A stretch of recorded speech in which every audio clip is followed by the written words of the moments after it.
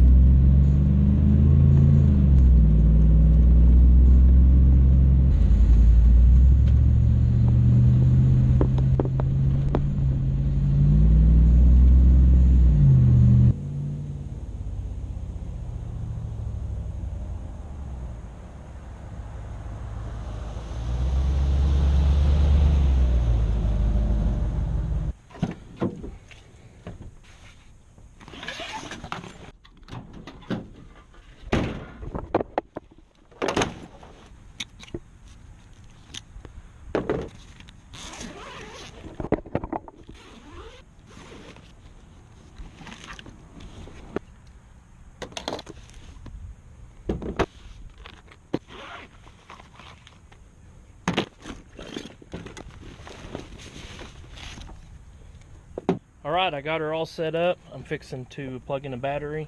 The first thing I wanted to do is just show y'all first that I am running the default PIDs, or the default settings, an exception to a couple, one of them being my rates.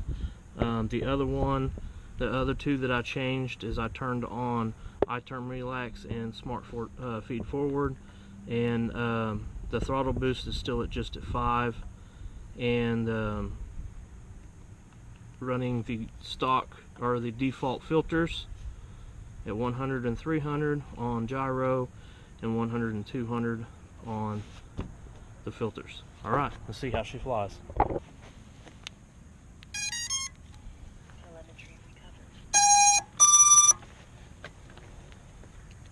Also wanted to make a note though that I am also running this on multi-shot, since that is what the suggested protocol is on Flightone. Okay, just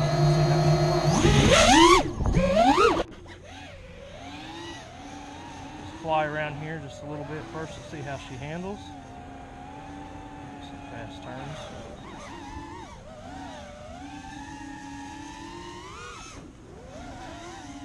Too bad, I hear some prop wash in the background. Alright, let's see how she does on rolls. There's a little bit of bounce back there. Let's see, what about, let's do some flips. Yeah, definitely some bounce back there.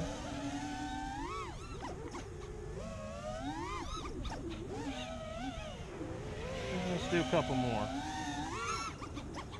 Yeah, there's definitely some bounce back in pitch for sure. Alright, let's just fly it around a little bit. See if we can induce some prop wash. See some shaking there. See some there.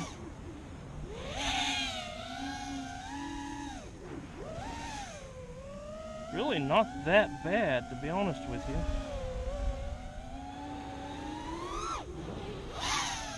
Definitely see it there though.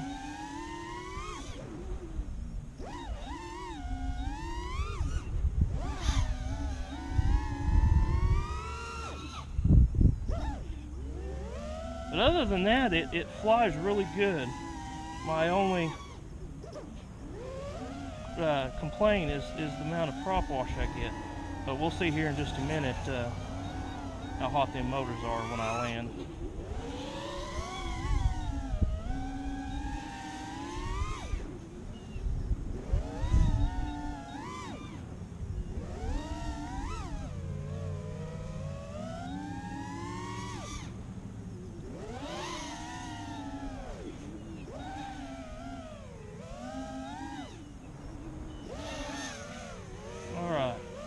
Battery's about done, so I'm going to go ahead and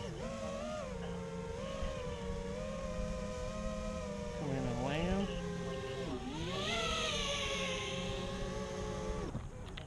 And we'll grab the camera and we'll go check out, see how hot those motors are. I'm going to go ahead and unplug it first.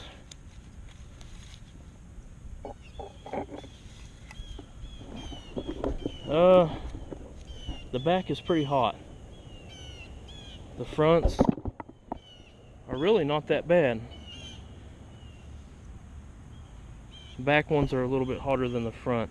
And I may, well, this back number 1 is really hot.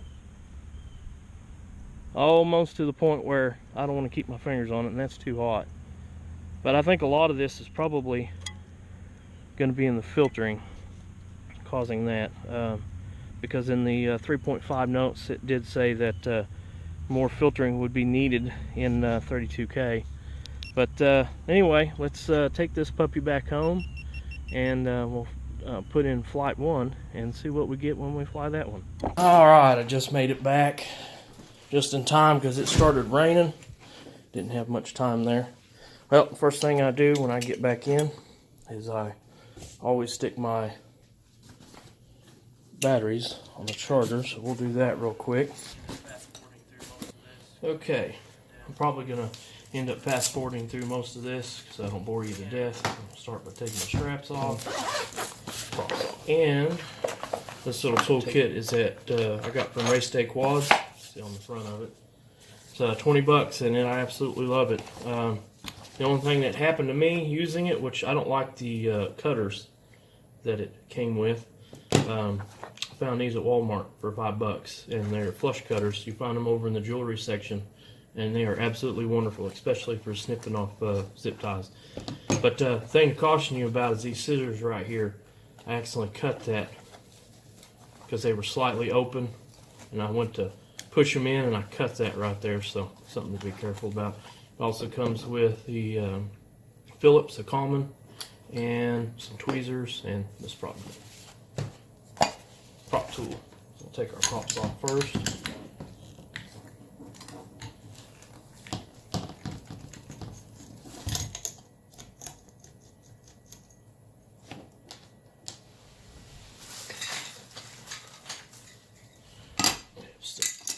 Keep stuff in so they don't disappear on me.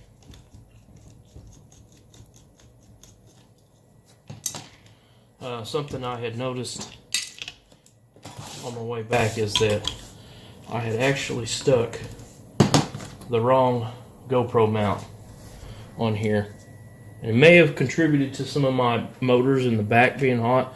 I made this one here so that it pushes the GoPro a little further forward, try to get my CG better.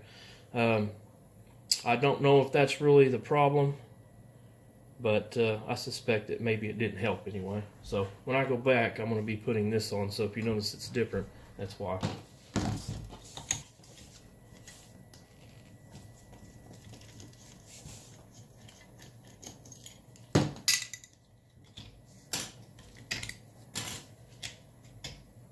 Okay, I'm going to go ahead and start by snipping these zip ties off here. And these are just here to protect the wires. Plus I think it looks cool. Okay. Let's go ahead and pull the camera mount off next.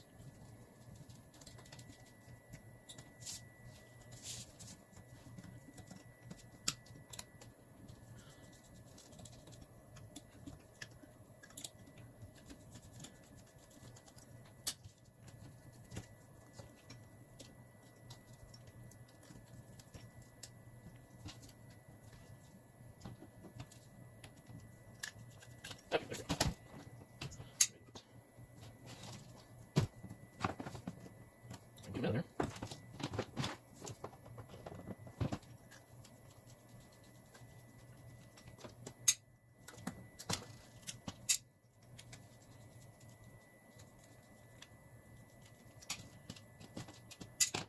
Okay, I'm going to put this somewhere so I don't accidentally ever grab it again.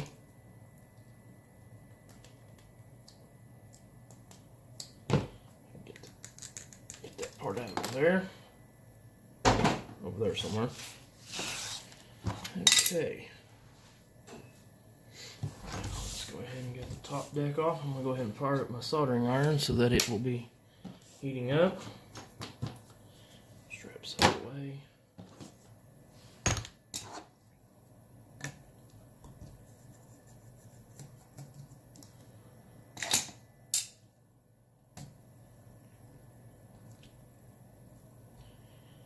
Feels like it's going to strip. I'm going to get my better Allen tool out.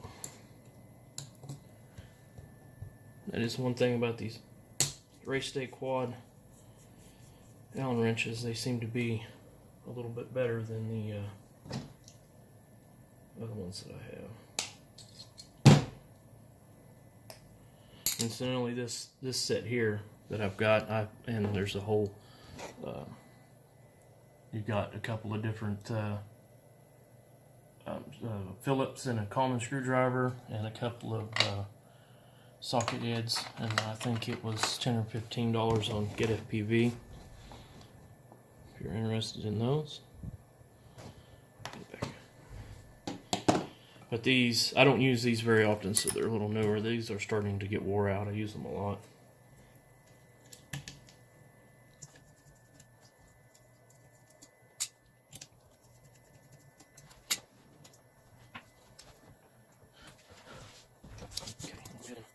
part off. Get one more room here. Okay, so I'll start by cutting this zip tie here. And soldering iron should be hard enough. I can desolder some of this. Here's some tweezers.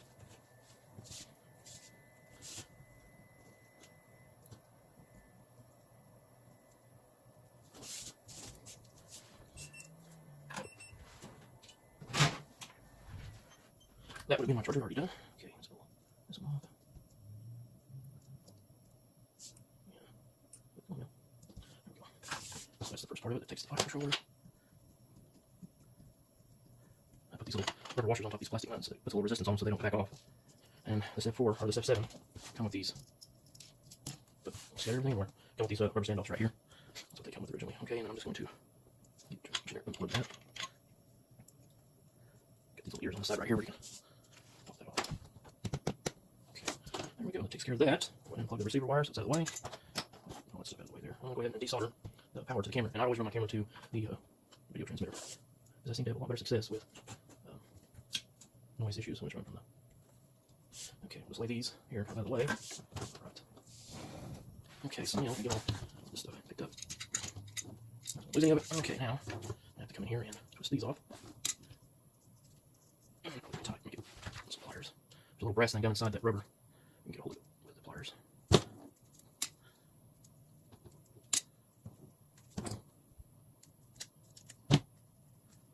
Okay, and now pull this ESC off. Got one zip tie right here. Okay, now I'll just go ahead and desolder.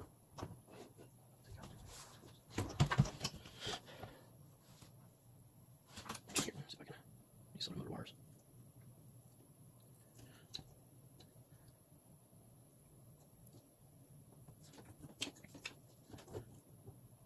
Something I didn't like about this. Something I don't like about this particular ESC is you could put this on top, but I didn't put it on top because I wanted to run the crap out of my finger. I'll show you, because I'm going to run 32-bit. I found that it's good to put some EMF shielding on it, and it just left a flatter area for me to put some on, whereas this has all the components there. So that's kind of why that's upside down. Alright, so that's that side. So we can put it over here to this other side.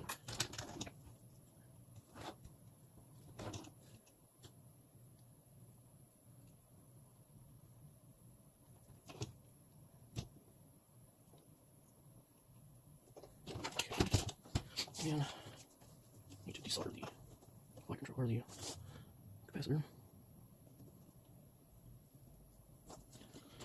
I'll plug some of that sometimes. I'm sure the tip is clean too. Helps also. Oh, I resort to putting solder on the tip of that. Here we go. Capacitor and VTX. I will probably use a new plug-in XT60 lead and everything, because if I decide to use this on another side of a roaster and Chameleon, I decide to put it on another one.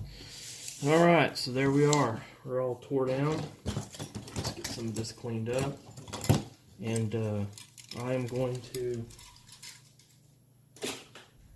take a look over this. I've already kind of messed with some of this prior to, because I needed to make sure I had some screws long enough that would reach all the way through the frame and through 2 stacks. And one of the things that I realized before I even started was that these components on this are so tall that it didn't really matter which way you put this. And that's one of the beauties about Flightone, is the orientation where you put this absolutely doesn't matter. The configurator takes care of all of it.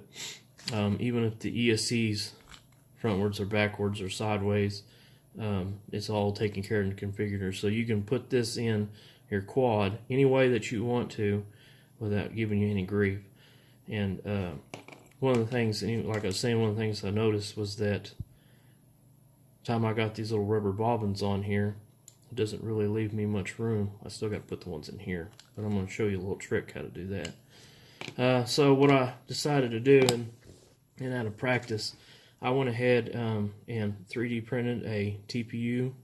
It's the same stuff that the GoPro mount's made of. It's flexible, and I covered it with copper shielding. Now I don't know, it being Flightone, if this is really necessary, but my experience with running 32K, which is what this flight controller is supposed to be running at, it will not hurt to shield your ESC from your flight controller. Like I said, I don't know if it's necessary, but I'm just going to do it because I've had better luck with noise issues with that in there. So what I'm going to do is I'm going to actually mount the ESC upside down like this and backwards, which means I'm going to have it in the quad like this. And the reason for that is because these tabs right here are dedicated for the capacitors, and if I put it whichever way I turn it, if I put it this way, you can see immediately that I have no place to put capacitors, really. I mean, and the ones they send you are these great big, huge 2,200 microfarad, which I've never used one this big. The ones that I normally use are like this one here. It is 1,000, and they've given you 2 of these at 2,200. I would have never bought these, but there might be something to it. I know the bigger the capacitor you can put on it, the better.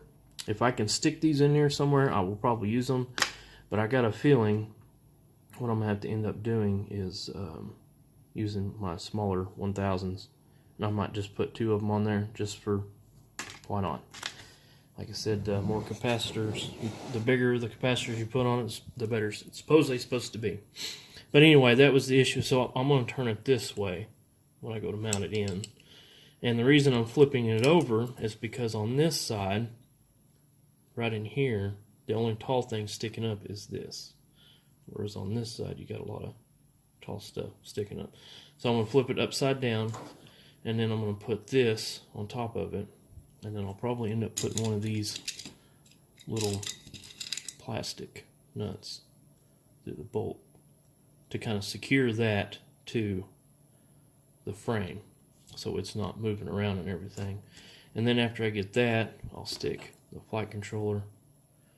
I'll probably turn it around this way, and which, like I said, there's really no upside or downside necessarily, depending on if you're going to use the plugs or if you're going to use the solder.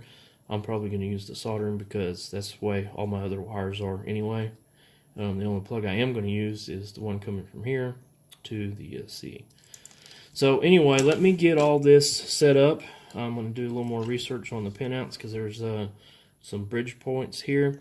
I know our RX1 is for S-Bus, and I'm going to be running smart audio and S-Port, so I need to make sure I can figure out which way all those wires will be going in on that.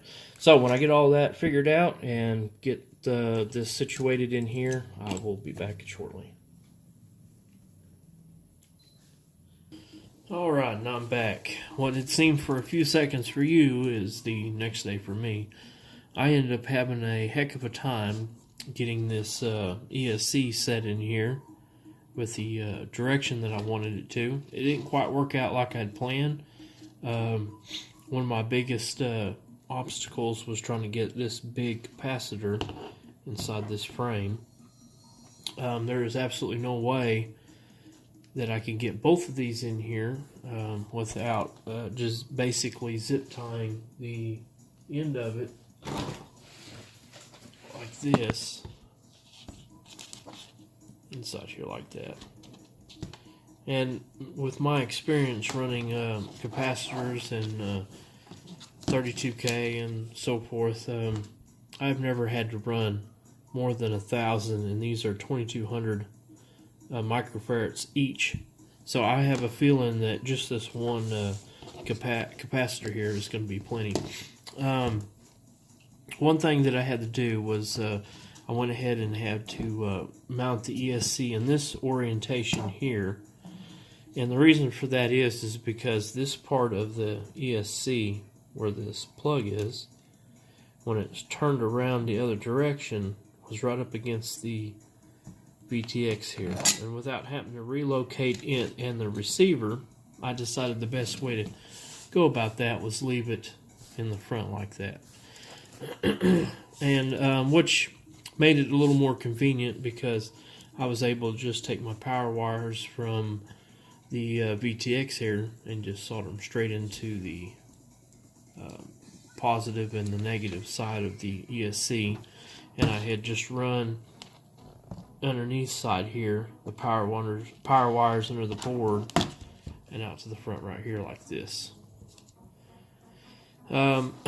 This right here is a TPU printed. I covered it in copper EF shield tape, which is this stuff here. I think racedayquads you can buy just a little square piece of it, but I had gotten a whole roll off of it off of eBay.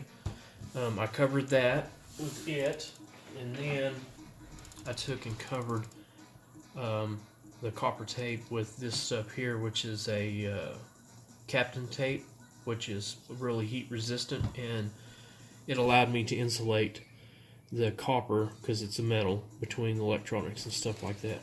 You might notice right here on this that it has a spot with a wire soldered to it, and the reason for that is that I'm going to put this insulated copper here to ground. I'm still going to clip this off and solder it to my ground right here. A lot of different type of wires that are shielded, which is this is what this is, a shield, are grounded to the ground.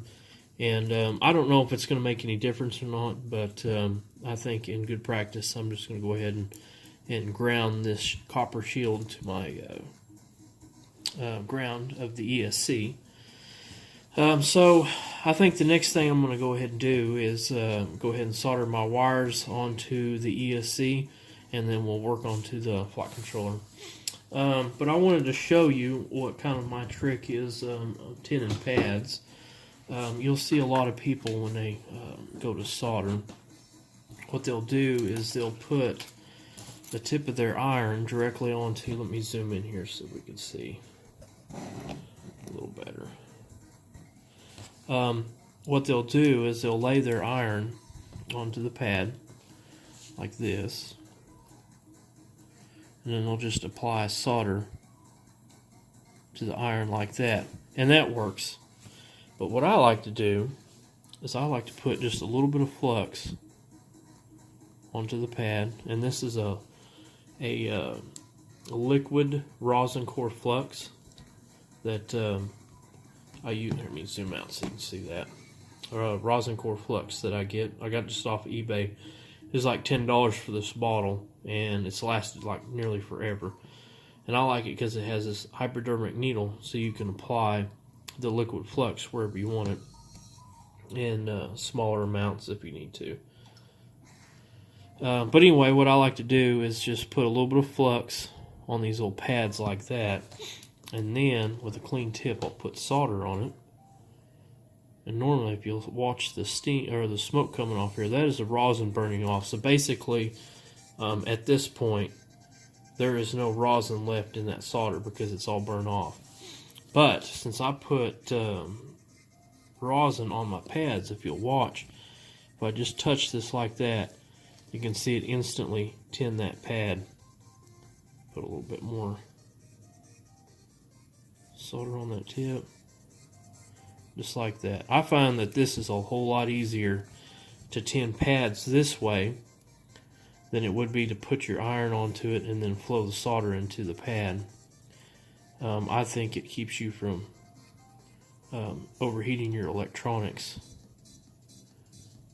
doing it this way. And once you get a little bit on there, you can just come back and put just a little bit more on it until you get a nice little tin on it. Turn it and do the other side the same way.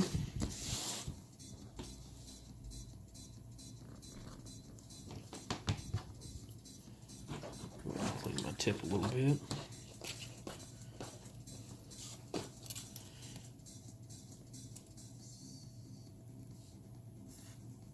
You can see how quick you can tin pads this way, and I just find it so much more easier.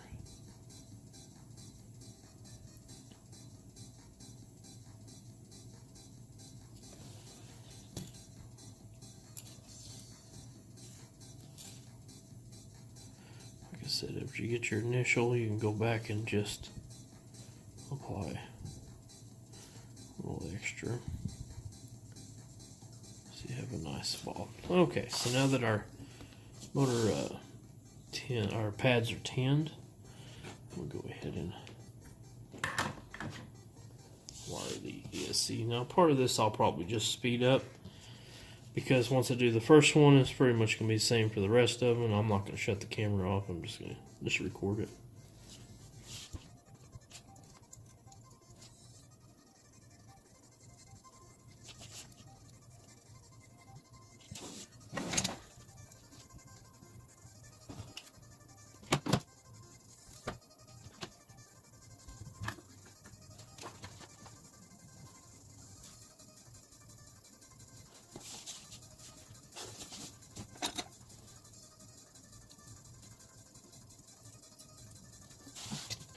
Alright, so there's the ESCs wired up. I still have to put these ESC wire protectors back on here, but I'll do that towards the end when I get done. Next thing up is I'm going to turn my soldering iron off, and I'm going to change over to my, I'm going to take this big tip off. I'm going to change over to my small one, which I'm not seeing where that's at right at the moment, but I got to change over to a small one because on the flight controller here, we have some really small pads right down here in the corners, here, here, and here, that we'll need to bridge. So I'm going to let my iron cool off, and I'll do those next. Before we move on to the flight controller, I want to show you something that I had discovered, and it's going to explain why, you remember earlier in the video I said motor number 1 on Betaflight was getting really hot, hotter than the rest of them. And I discovered what the issue was, and this is something that I always do on a fresh build to make sure that I don't have a short or a problem. And I guess what had happened with the vibrations and stuff, I'll show you here in a moment. But what you want to do on a carbon frame, you can either touch one of the screws that's holding onto the motor, or you can touch on the side of the carbon here. You don't want it to be on the top here because that's where the resin's at on the carbon fiber. But if you'll see, what I'm going to do is I'm going to touch one of the motor wires here. You can see get a beep with my continuity, with my voltmeter here. And what's going to happen is I'm going to touch this motor wire right here, and I'm going to ground it with the carbon. And if you'll see, I have no continuity whatsoever. But do you hear that? What that is telling me, and let's just try a couple more over here. You see, I'm not getting anything. I'm still getting continuity. Not getting anything on the motor. But as soon as I come over here and I touch over here where this motor's at, that's telling me what's happened is there's a screw, and I'll show you right here. This screw, if I can get my camera to focus and zoom in on it. There's a screw right inside here, this one, right here. That is, you can probably see it right there. It's just barely touching underneath side of them windings, and that's what happened. You can see over here, you can see the top of the screw right here, but the windings are a long ways away from it. But over here on the front side, the winding, they're getting kind of sloppy with their windings as they bring them around here. That's kind of what happens with these naked bottom motors. But you can see that screw just barely nudging against those wires. I don't think it's pushing against them. I think it's just touching them. And with the vibration is wore off the shellac that's on those wires that coat them so they don't short out against each other.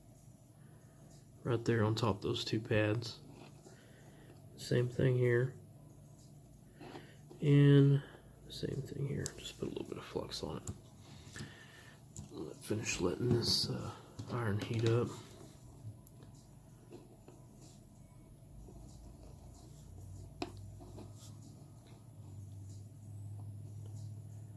Try to get that just where you can see it.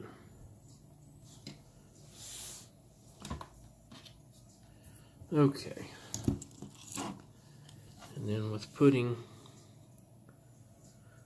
just a little bit of solder on my tip, and I'm going to do this not over the top of the flight controller, mind you. I'm going to do it over here off to the side. Put just a little bit on my tip like that, so it's on the, and I'm even going to see if I can tap that down so it's on the tip. And then what I'm going to do is just touch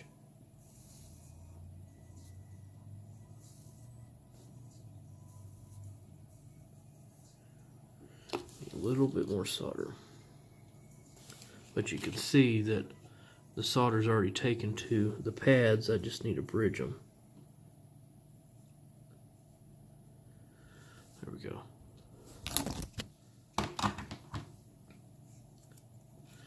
Wipe that off. You can see that they're bridged. Okay. And we'll do the same thing for these others, except I've done wipe the flux off of it. Start with a clean tip. I guess a little bit of solder built up on it.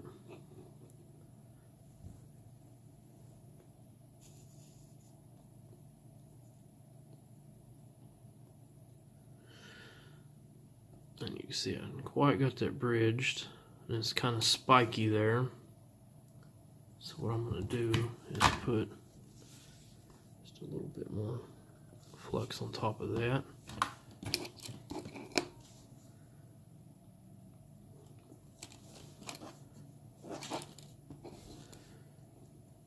And then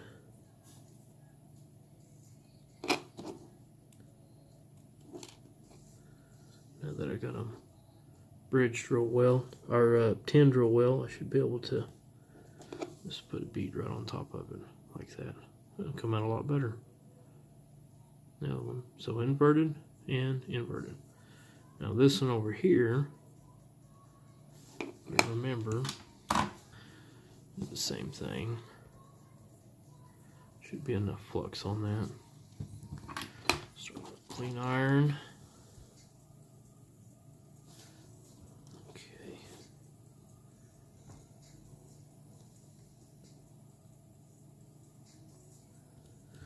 Well, I got that one on the first try, but if you'll notice, if you'll look, you see how it's got this little tip sticking out of it, like where I pulled my iron away and it kind of strung out away from it. That is a sign that you are right on the limit of not having enough flux in your solder. You see how these have got a nice little ball on them and shiny. So what we need to do is put just a dab more flux on top of it like that, and then watch when I just touch these parts, you'll see how that point went away, and it's nice and round. That's how you know you got a good solder joint. So now we got them bridged there. So that was the first battle we had to overcome.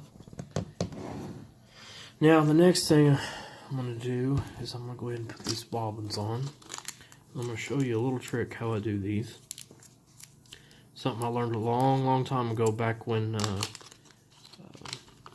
clean flight was the thing that you flew, and you had to deal with a lot of vibration or jello in your video because the flight controllers did not fly like they do nowadays, and you had to soft mount everything, including your camera.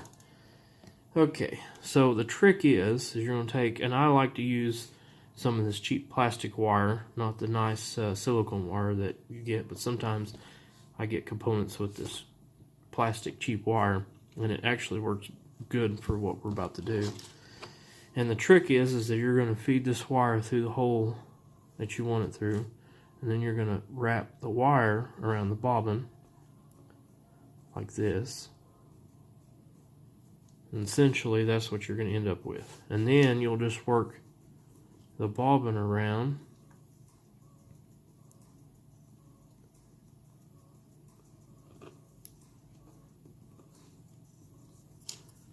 keeping pressure on it.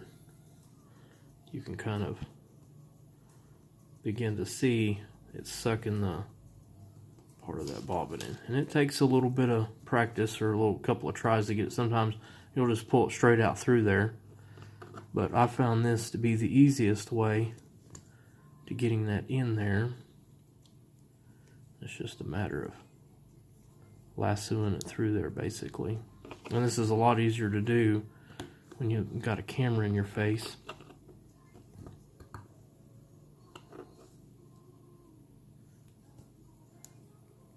Just about got it through there.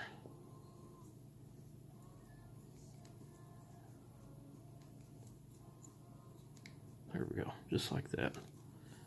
And just kind of pull up the ends like that. Okay, I finally got that one in there. Took a little bit of doing, but that's how I stick them in there. Seems a little easier and I don't tear them up. Okay, so the next thing we're going to do is we'll get this installed into the quad, and then we'll do the last little bit of soldering we need to do on it. So now, only got a few more wires to go.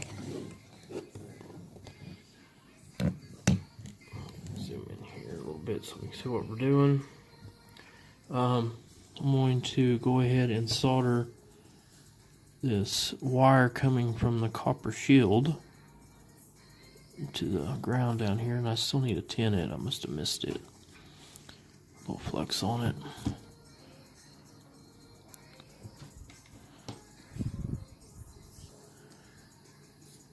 Okay, now that I got some of these out of my way,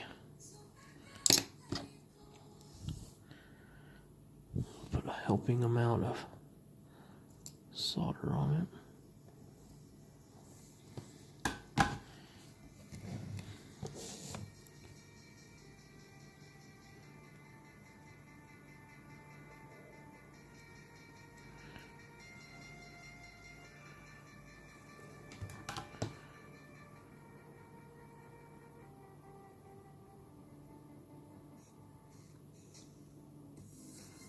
Hold it there for a second. It's a lot to have to heat up with that little tip. There we go. Okay, and then I need to, on here, incidentally, if you notice I didn't got a plastic nut on here. I had 3 bolts the right length, and I had this one. It's the only one I can come up with. I got one on order, so I can replace that. So that's why it's missing a nut, but I think it'll be okay for now. Right here we have, let's see, we have way too much flux going on.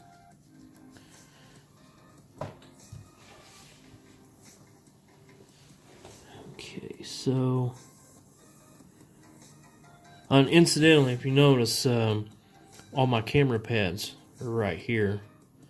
Instead of normally I would have this board turned around with it being close to the camera, but the problem with that is when I put this top deck on right here, and this being such a short, a mid-mount battery, right? What had happened was, turn this around, you can see there's just not much room in between the top of that flight controller to put your battery strap in here. And this little capacitor that's right here, with it being over here, was sticking up too high and right into the battery strap. So I had to turn the FC around in order to get, because the notch right here in this top plate is where your battery strap goes. So it allowed me to have just enough room I can sneak a battery strap through there. So that's why it's orientated that way. But anyway, let's see. We're going to have 5 volts, ground. So the third pin over is video in, which is going to be 1, 2 right here. See if I can put just a, there we go, a little dab of flux, and then it's going to be voltage out right there, and a ground pin right next to it.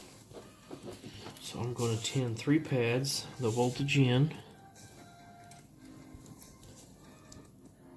or voltage in, the video in, which is 1, 2, 3 over, and that one there, and a ground pin next to it. Now, when I ground these cameras, my cameras, I normally ground them to power them and ground them to the VTX. I have always gotten better video, meaning less noise through the VTX than I've ever through the flight controller. I don't know what it is about it, but that's just, I think it has more filtering maybe on the VTX than the flight controller has, so I've always had better luck grounding it to powering it and grounding it to the VTX. Now, the thing about that is if you ever have a problem with your OSD flickering, the only way I've been able to cure that is to put a ground on your FC directly to this ground on your video transmitter. Now, why it is that works, I don't know. Because if you think about it, this ground touches every other ground in the whole board. But something about grounding the board directly to your VTX, where your camera is, something about it causes it to keep from the OSD flickering. So that's why you see I have these 2 wires here that are kind of soldered together here. I'm going to solder them on the ground plane here and then run another separate ground to my VTX, power the VTX, and then of course where my video goes accordingly.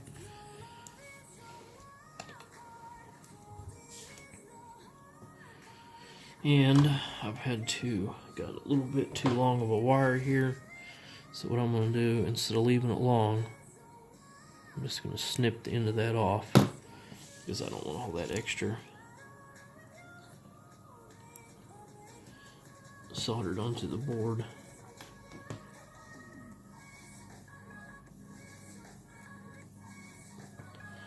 So there's my ground. I've got to take my other side of the ground here. I still need to strip and tin it, but I wasn't sure how long it was going to need to be until I soldered that wire there. Okay, and so I'm going to just kind of tuck that under there, and I'm going to clip this off too because it's a little longer than what I like, and the video out to the VTX. Okay, there's that one, and now we've got 5 volt power goes to the, let's see, video. That's the one we want. So video in for the OSD. Can't imagine making a flight controller without an OSD nowadays. Seems preposterous to me. Okay, there's the video there. And then I'm going to put a little bit of flux on here because it doesn't have any fresh. Clip that off and tin it into this wire. Okay. Clean tip and tin that one and that one. And ground is over here on this other side.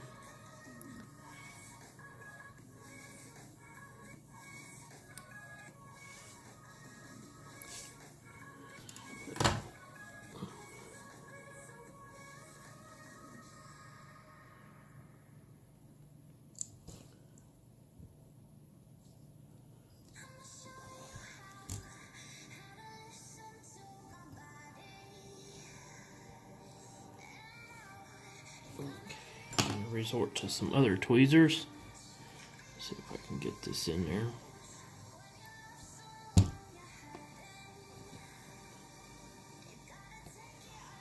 Okay, there we go. Oh, you probably couldn't see that. I mean, we'll do this last one over here like this so you can see it better. Okay. Right there. Okay, so that is pretty much going to do it for all the soldering that we need to do. What I think I'm going to do is try to tidy up these wires a little bit more, check a few more things, and then I think what I'm going to do is I'm going to turn my soldering iron back off and change to my other big tip so I can solder my XT60 connector on, because in order to set up it in the configurator, we're going to have to hook a battery to it. So I'm going to finish up the last couple of things here, and then we'll get ready to go to the configurator and get everything set up in the firmware. Okay, before we go to the configurator, I had already flashed it once and got it all set up, but I had a couple of issues that come up and took me a little bit of research to make sure that I got everything correct. One of the things that I discovered that is this TX3 and RX3 are on a soft serial, so you can use them with smart audio and S-port. When you're using soft serial, you don't have to worry about the signal being inverted. You know, because originally I soldered the wire on on the UART4, and I had to solder these to get a inverted signal, but that isn't the case because they're on soft serial. So I took the wire off 4 and stuck it on RX3. Smart audio is on TX3, that's over here, this blue wire that you see. One of the problems I'm having right at the moment is I cannot get smart audio to work. I have gotten in contact with racedayquads and talked to them about this Mach 2 video transmitter, and they are supposed to be sending me another one to test to make sure that if the problem is here or if the problem is in here. But I have not been able to get smart audio to work correctly. I was able to get smart port to work. I'm going to have to do some more... hang on, I got to plug my cell phone in. It's about to die. I need to do some more work with the Tyrannus. It needs a firmware update. Well, not a firmware update, but I think there's some firmware you need to flash to your Tyrannus in order to get it to communicate correctly with Flightone. So I still need to do that, but I was able to open it up and look at it, so I know I got it working, got the telemetry working. Okay, so I'm going to guide you through the setup process after you get plugged in for the first time. And since I am reflashing this, I have already shorted the boot pins, and so I'm starting from that point, but it shouldn't be any different than from when you plug in for the first time to update everything. Okay, so the first thing we're going to do is we're going to go over to... Oh, incidentally, before we go any further, something else that I discovered coming from Betaflight, you have a drop-down menu that you open, and you pick your firmware that you're wanting to flash from the drop-down menu. And in Flightone, it's different. See, like in Betaflight, firmware flasher, and you choose the firmware version that you want to use. And with Flightone, it's different. Their configurator is tied with the release. So if you'll see here, I got Flightone 1149. If you go to their webpage here, and you click downloads, that's where it takes you here. You download whichever client that you need, and then you download this right here, the firmware for the flight controller, this right here. And there is one that you can select, and I'll show you here shortly. but this is the most stable version that they have. But if you'll go to flightone.com/beta, what that takes you to is the current beta that they're running at the moment. And you'll have to download a different client for whatever system you're running. And right now is the sim mode flash for the flight controller. So there's the beta, and then there's the regular download one. There's two. This is the stable, and this, of course, is the beta. So when you download it, it comes into a zip file. You extract it, and you have these two files here. So when I open this configurator here, this .exe file, it will allow me to flash the firmware, this one here, this bin file right here. Lost track of it. What did I do with it?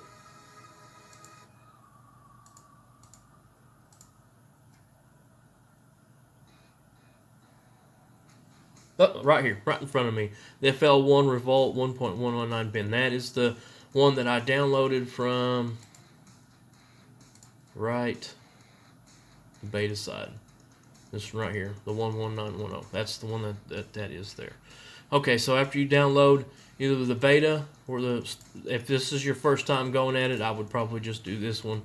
But since I've gotten a little more familiar with everything, I'm going to go to this one, the beta one. Okay, so now after you get your downloads, you'll go ahead and hit this exe file here and start flight 1, which I think I already had it open. There we go. So welcome to the DFU mode. Like I said, I shorted my pins. You probably will not see this screen. If you do, well then it's basically going to be the same thing from this point. So we're going to update firmware, and see, this is where it's asking you please select the firmware to flash. Now this, I'm not sure what this one is, but what you want to do is I want to load firmware with file, and that's the one we're going to navigate to where you downloaded. So we're going to hit confirm, which is going to be this one here. This 1.1.140 is the one related to this. This one is the one related to this.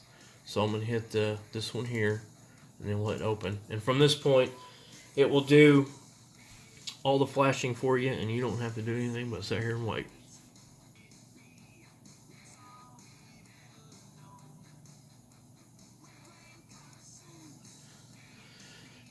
Okay, this right here has also been creating an issue with me. For some reason, after it goes that DFU mode, it's supposed to switch back to what I would call the normal mode. It hangs up for whatever reason. So, but what we got to do is just unplug the USB and close flight 1, and then open it right back up. Okay, and then you replug the USB back in. Okay, so this is asking you or telling you that you have preview version set up. It's not supported by the configurator because we're using a different one now. You will not see this screen if you've got a brand new flight controller, but since I have set this up once, it keeps track of all the settings and stuff in there. But since I'm changing to a different configurator and firmware, I'm going to hit cancel, and so we can do the whole process from the very beginning. And this is what screen you should see. Welcome, pilot. Looks like your board has never been set up, yada yada yada. So we just hit continue. You pick whichever one you're using here. I'm running the R9N Slim, which is going to be a Tyrannus receiver.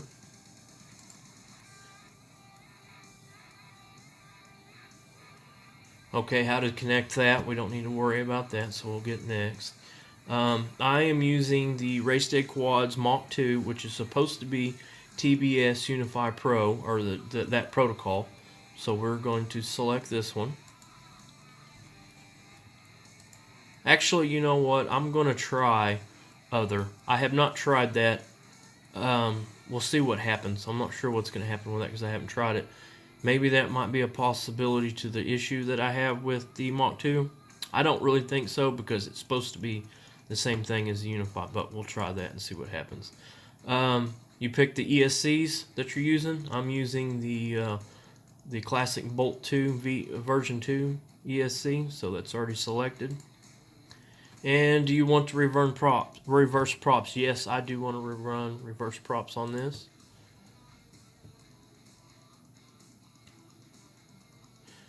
Now go through steps 1 through 6 on the setup page. Okay, when we get up to the setup page, this is the wizards that you got to run through. But this is another issue that I ran into.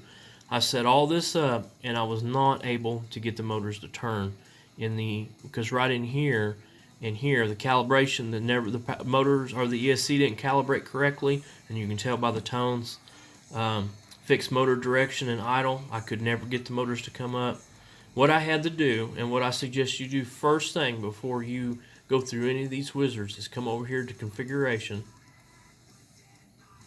and scroll down here down to the bottom, update ESCs. I would recommend that you do this very first thing before you go through the wizards, because apparently my ESCs either didn't have a firmware on it or it had one that was so old that it didn't communicate. I don't know what the problem was exactly.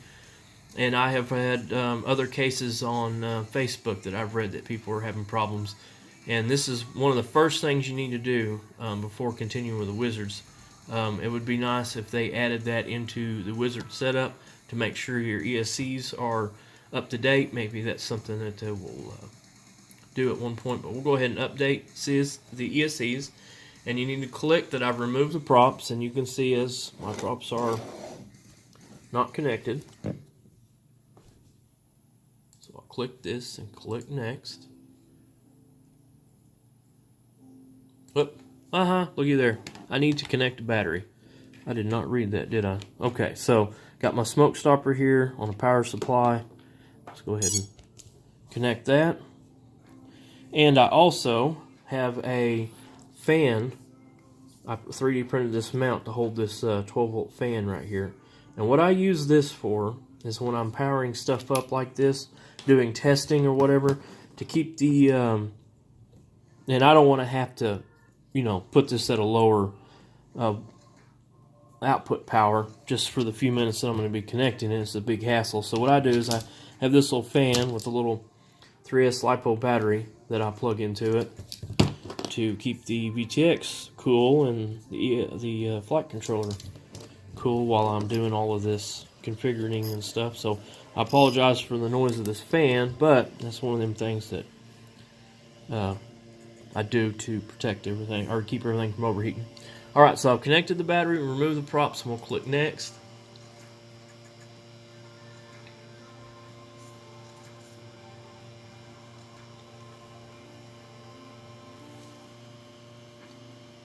And I would still recommend that you update your ESCs during any firmware change, just in case if there's something that has changed with those, to make sure that you have the current firmware and everything is working correctly. Okay, so we'll wait till the tones are done and then we'll hit OK.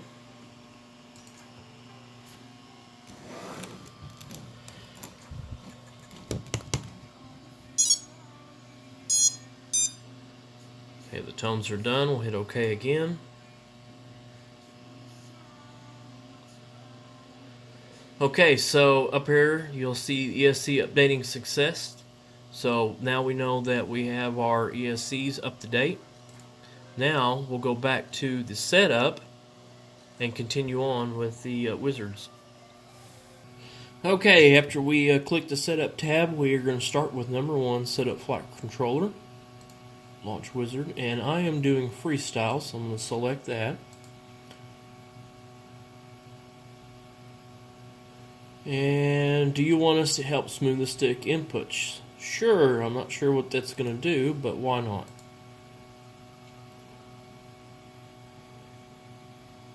I'm doing a 5-inch next.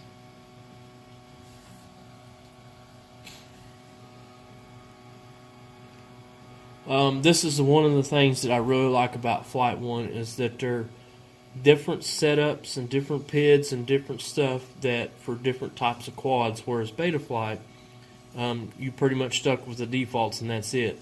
Seems like this goes out a little bit further as far as, you know, being able to put a tune on a quad that is more suitable for what you're flying. But anyway, I'm going to make sure it's flat. As you can see, I'm sitting flat on the table.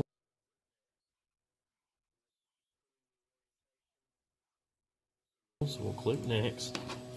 And this is just putting the orientation so the flight controllers knows which way is down and which way is up. Click next.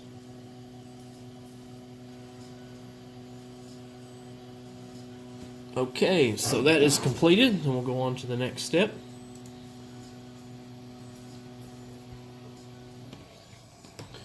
Okay, I'm going to unplug my fan right at the moment because I don't have the VTX powered up, so we don't have to listen to it. Okay, detect receiver, so we'll need to launch the wizard. So we need to go ahead and make sure that our radio is turned on. Turn that down so we don't have to listen to it. Okay. So my light has gone to steady green, so I know that I am bound to the receiver. Okay, so back that up a little bit so we can see. All right, and then we're going to hit next.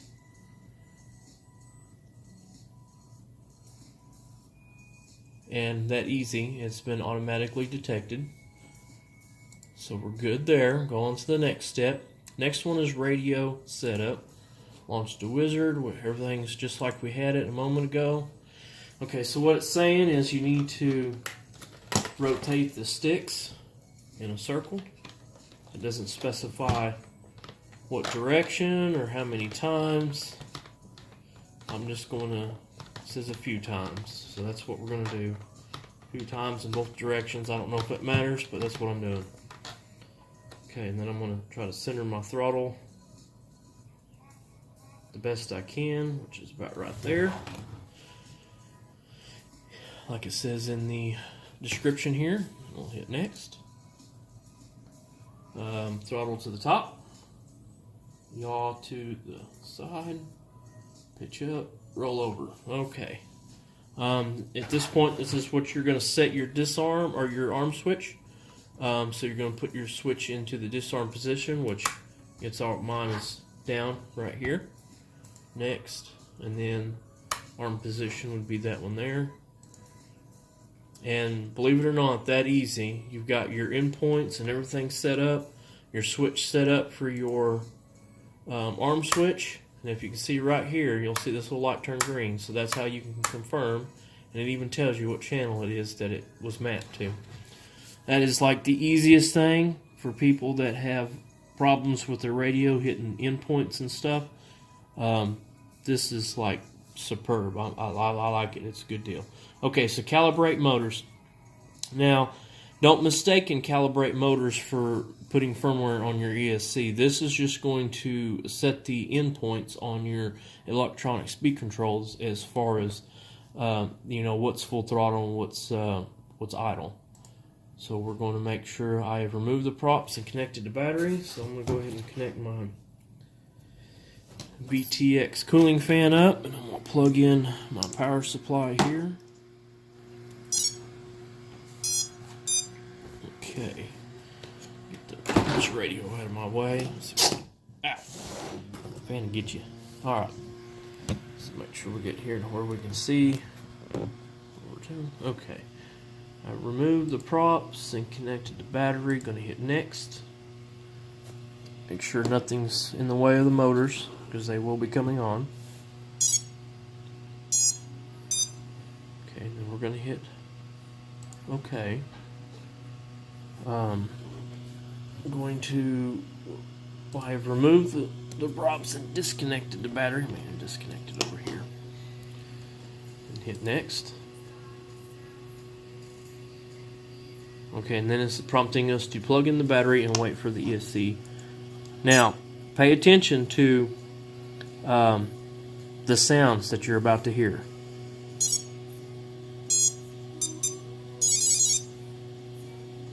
Okay, at any point you don't hear that particular tone, that means that your calibration is not working. And the thing about this is even though I couldn't get the motors to come on until I flashed a firmware update, it still said we were good, but I could never get the motors to come on until I flashed the firmware. So, but before I flashed the firmware, I didn't get these tones correctly, but even in the wizard says it was done right. So if make sure you hear those particular tones. So we're going to hit OK. That right there is what you need to hear when the calibration process is complete. And like I said, before I updated the ESCs, it did not make those kinds of tones. Okay, so we're done with the beeps. Hit OK. Alright, so calibration success. Like I said before, even when I updated before I updated the ESCs and gone through this, it still said I had a success, even though the tones were not correct. So just to be mindful in that. Okay, so the last step, motor direction and idle, and what all this is going to do is, well, you'll see. We'll just start the wizard. I've removed the battery, and connected, or remove the props connected to battery. Next. And as you can see, our motors came on, all 4 of them, and then it's asking us, all your motors spinning. Yes. Now, I'll say again, before I updated the ESC, I got to this point, my motors were not spinning. So when your motors are not spinning in this tab, you've got a problem. So yes, they're spinning. Now it's asking, now what it's doing is mapping this out so that it knows what motor is what. So there's no, and it doesn't matter, you know, if you had your wires backwards in here as far as your motors. Now if you had your current, your ground, and your positive in the wrong spot, you probably fry the board. But if you had the wires switched in your motor header right here, the wires, it would map it out to where so it wouldn't matter. And even same thing with the flight controller. If you had it turned a certain direction, it wouldn't matter either because it maps it out right here. So we're going to say the front right one. Hit next. And it's going to start the front left one. Hit next. And the left rear, and hit next. And of course it doesn't do the last one because it obviously knows that the last one has got to be the right rear. Okay, here is where you are going to make sure that your props are turning the correct, or your motors are spinning the correct direction. So we'll hit OK here, and then we'll start motors. Now before you hit start motors, look at your arrows and make sure you see that, because when this deal pops up, you won't see your top motors. But I'm running reverse props, so they're going to be going to the inside like this. And if you were running regular rotation, you would be going into the camera and into the tail of the copter. So reverse props is into the side. Regular rotation is into the front and into the back. So we'll hit start motors.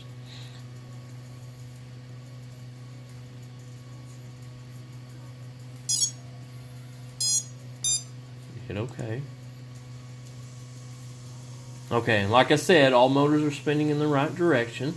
And this is the point where I'm like, well, I'm glad, you know, so remember which way your arrows are going. If you see the ones here at the bottom, you'll know that the ones up here at the top are going down. But as soon as you click yes or no, this graph will drop to where you can see it. But until then, you're kind of like confused on what the top 2 motors are. But just remember, they're mirroring the bottom here. And if you'll just take your hands, your fingers, and just kind of lightly put them on the motors, you'll feel that they're trying to pull you. So this one's spinning this way, it's to the middle. This one's spinning this way, it's to the middle. Same thing with this one, to the middle. Now, like I said previously, I've already set all this up, so it's in the right direction. So we'll hit yes. Okay, so we're done. Success is done. Alright, so at this point, you can come down here. I want to, if you have any of these features here that you want to turn on, I like to have a logging on a switch. So what I'm going to do is I'm going to click this, So we're going to now take our radio and whichever switch that you want to put logging in the off position. So this is going to be in the center for off for me. And then I've got 0 volts on. I've got it where it says on for when I want it to be on. Click next, make sure, there we go. And it's saving the variables, and it'll pop up here in just a second. Channel 7, you can see the green dot that's on, and you can confirm that it's working by clicking your switch on and off. Okay. The only other one that I want to put on here is acro level. When I'm at my house, I don't have a really big yard, and I have neighbors really close to me, so I try to stay out of acro mode because, well, accidents happen. So when I do any test hoverings and stuff like that, I like to have an auto level feature available to me, so that way I can test a few things. So I'm going to go ahead and put that on a switch too. And I'm going to put the switch to the off position. And click next, and then I'm going to switch the switch to the position I want it to be when it's on. Okay, as you can see, channel 6 is set up, and you can confirm it by the green dot. Okay, so at this point, you can come to PID tuning, right here. I'm sorry, not PID tuning. Let's go to configuration first. And in configuration, you can see that your verse prop direction is set up. And double arm, what that means is you have to flip your arm switch twice. You need to turn it on, off, and back on, making sure that your throttle is down before your motors will arm. Radio settings, you can see I'm set on UART1 with the S-Bus pin. Okay, so then we'll come down here and enable Tyrannus telemetry on RX3 pin, which you remember, that's where we got our wire soldered to. And VTX, now this is where I'm having problems. Maybe we'll have, you know, it says other here. I don't know, let's see what happens. I'm going to go to 500 milliwatts because that's what it was 500 and 800, but I'm going to go here, and I run on E1, and this is the keel channel, so we'll just leave it there. So we'll just see if this works. Make change, whoop, cancel that, and so we made changes, so let's save that first before we go to this. Let's see if this works. I've removed the props and my battery's still connected. Click next. When the VTX powers on after power cycle, that's the way I want it. Click next. And cannot detect your VTX. Something's causing, like the battery, smart audio wire, wrong pin, using wrong UART selected. But unfortunately, I have the right wire, so let's try TBS. Let's go to Smart Audio, and we are using TX3. We're going to hit save.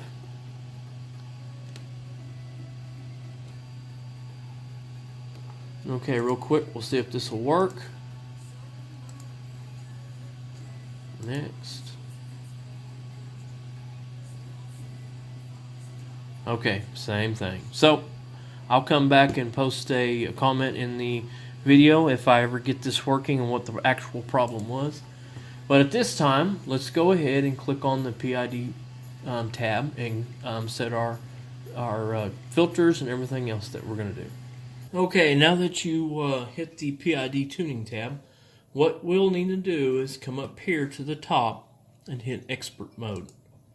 When we hit expert mode, then it opens all of this up right here so we can see everything that we want to mess with. Okay, so I'm going to run, these are the pit profiles, Schizo Tune, Blackbird.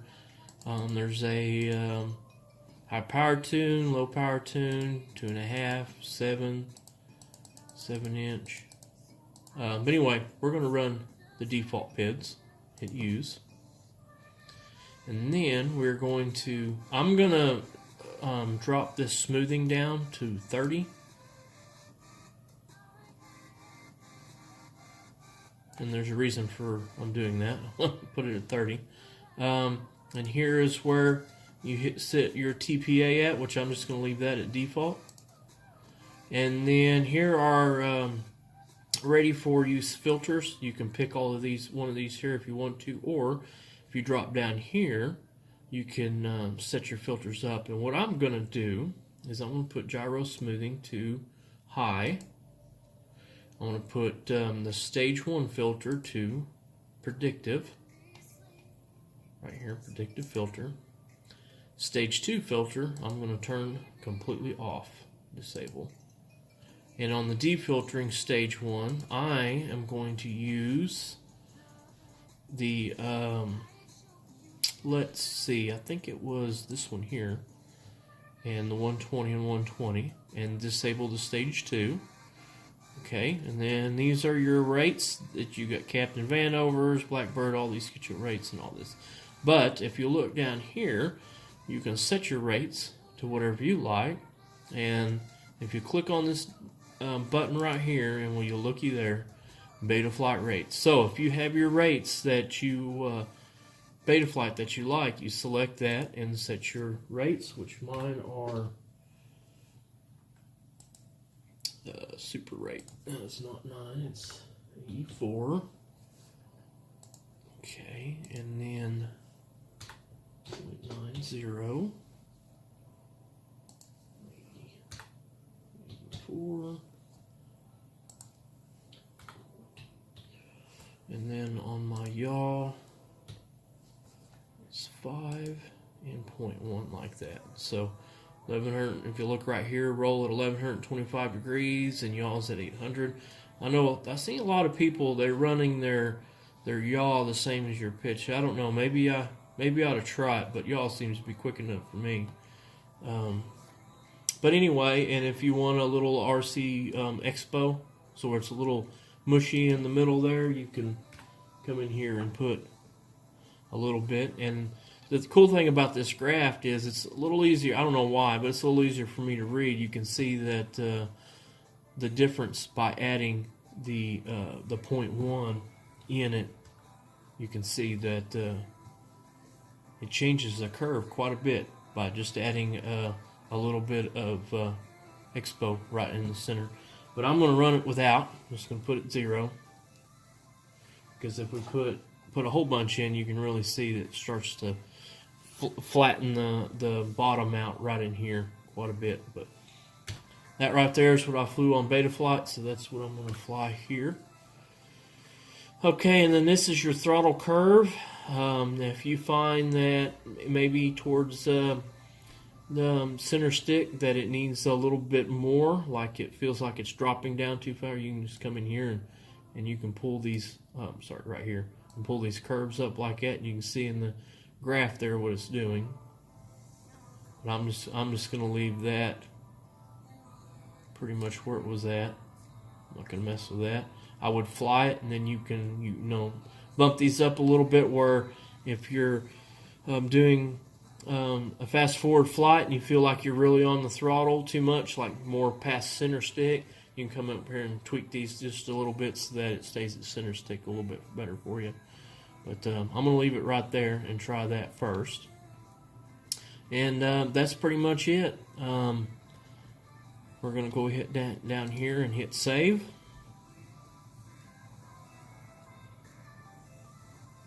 Okay, and I'm just going to kind of glance back over this. Now, you'll notice we click default, and it's not default anymore. In fact, you can see none of these are selected, and the reason for that is because I've come down here, I've made changes to smoothing, I've made changes to the filter, and I've made changes to the rates. So once you do that, it takes this off. It's not highlighted anymore. But as long as you haven't changed the PIDs, those are going to be default PIDs, even though it doesn't say right here, but we're still running the defaults. Okay, so at this point,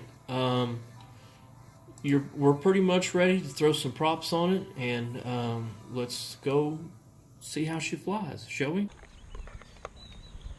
Alright guys, this is the stable version of Raceflight, running absolute default filters and PIDs. that I've changed is my rates, and that is it. This is actually my 5th time trying to video this flight. Haven't been happy with the flight performance, and I've tried to tweak it and adjust it because I didn't want to misrepresent Flightone in any way from lack of knowledge and experience. So it's been a few days since I've had it in, I've flew it, and I've tried to make adjustments, and I just decided, you know, I'm going to throw the stable version release, not try any beta, use stock default filters, PIDs, everything, and what you see in this video is how it flies stock on this quad versus flying stock on Betaflight. So, without any further ado, let's see how she flies.